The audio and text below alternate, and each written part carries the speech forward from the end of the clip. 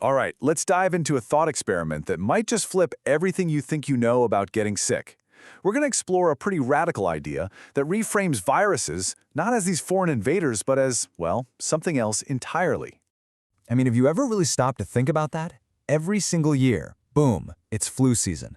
But how in the world does a supposedly random little particle coordinate an attack across a whole continent, almost at the exact same time?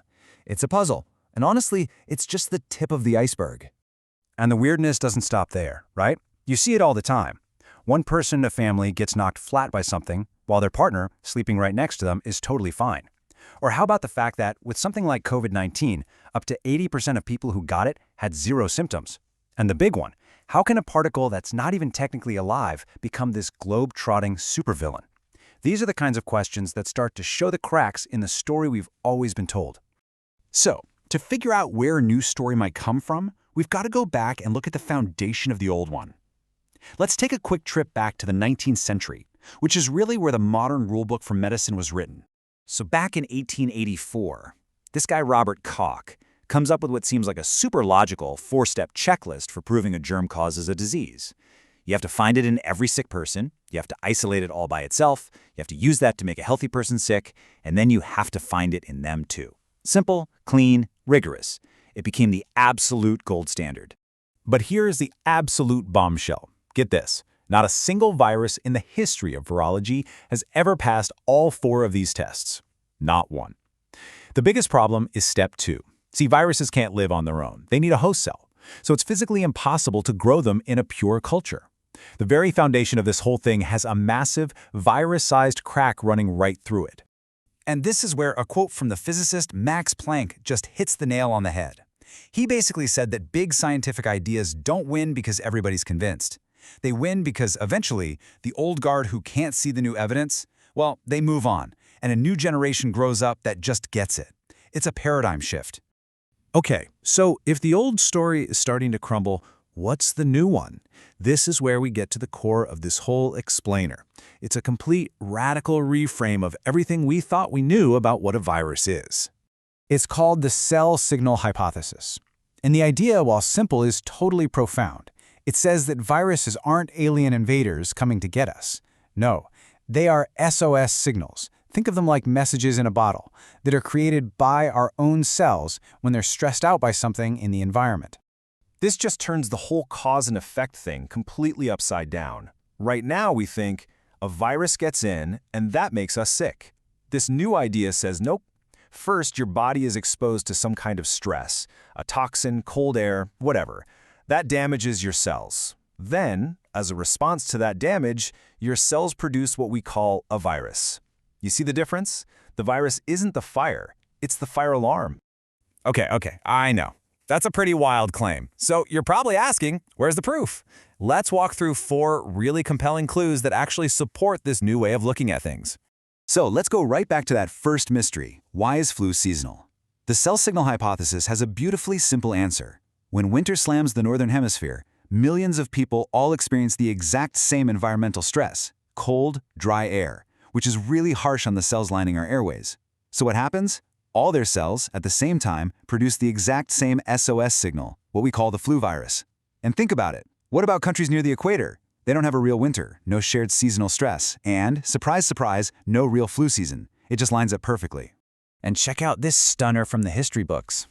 During the absolutely devastating 1918 Spanish flu, doctors were desperate. So they ran these experiments where they took mucus and stuff from the absolute sickest patients you can imagine and literally swabbed it into the noses, throats, and even eyes of healthy volunteers. They had sick people cough right in their faces. And the result? Not a single one of the healthy volunteers got sick. It's like the signal itself, without the original stress that caused it, is basically harmless. All right, clue number 2 forces us to rethink how a virus targets a certain part of the body. You know, like how the flu seems to go for the lungs. The old story says cell receptors are like locks and the virus has a special key to get in. But what if we look at it another way? What if those receptors are actually antennas? When your lung cells get stressed by cold air, they put out more antennas so they can listen for distress signals from neighboring cells. It's not an invasion, it's internal communication. Now, this next clue is where things get really wild. It turns out viruses might not be foreign to us at all. In fact, they're literally written into our DNA. Check this out. Only about 2% of our entire genome actually codes for the proteins that make us us. But a whopping 8% of our DNA is made of what scientists call endogenous retroviruses. That is 4 times more viral code than human code living inside us. We've been told it's all just ancient junk DNA. But is it? Well, it turns out this so-called viral DNA is absolutely essential. These ancient viral bits of code are critical for really important things, like forming the placenta during pregnancy, and even for allowing our brain cells to create new memories. These aren't invaders. They are a fundamental part of our biological operating system. And our final clue is the one that really ties it all together. Modern biology has discovered that our cells are constantly sending out these tiny information packets to each other called exosomes. You can think of them like tiny cellular USB drives. And here is the kicker. Under an electron microscope, exosomes look and act in a way that is virtually indistinguishable from what we call viruses. Mainstream science already accepts that our bodies use virus-like particles to talk to each other. So, what if they're not just like viruses? What if they're the exact same thing? So when you start to stack all these clues on top of each other, it does more than just change how we see a virus. It changes our entire perspective on what it even means to be sick and what it means to be healthy. At the end of the day, we're left with 2 completely different ways of seeing the world. The old story, the germ theory, casts us as these passive victims, just waiting around for the next random attack from an enemy virus. But the cell signal hypothesis, it completely transforms us. The cause of sickness isn't some external invader, it's our environment. The virus isn't the enemy, it's the alarm bell. And most importantly, our body isn't a victim. It's more like a garden, and we are the gardeners. So I want to leave you with this final thought. The next time you feel that tickle in your throat or a fever coming on, what if it isn't an attack? What if it's a sophisticated, desperate message from your own body, telling you that something in your environment, the air, the food, the stress, needs to change? What if your body is just asking you to listen?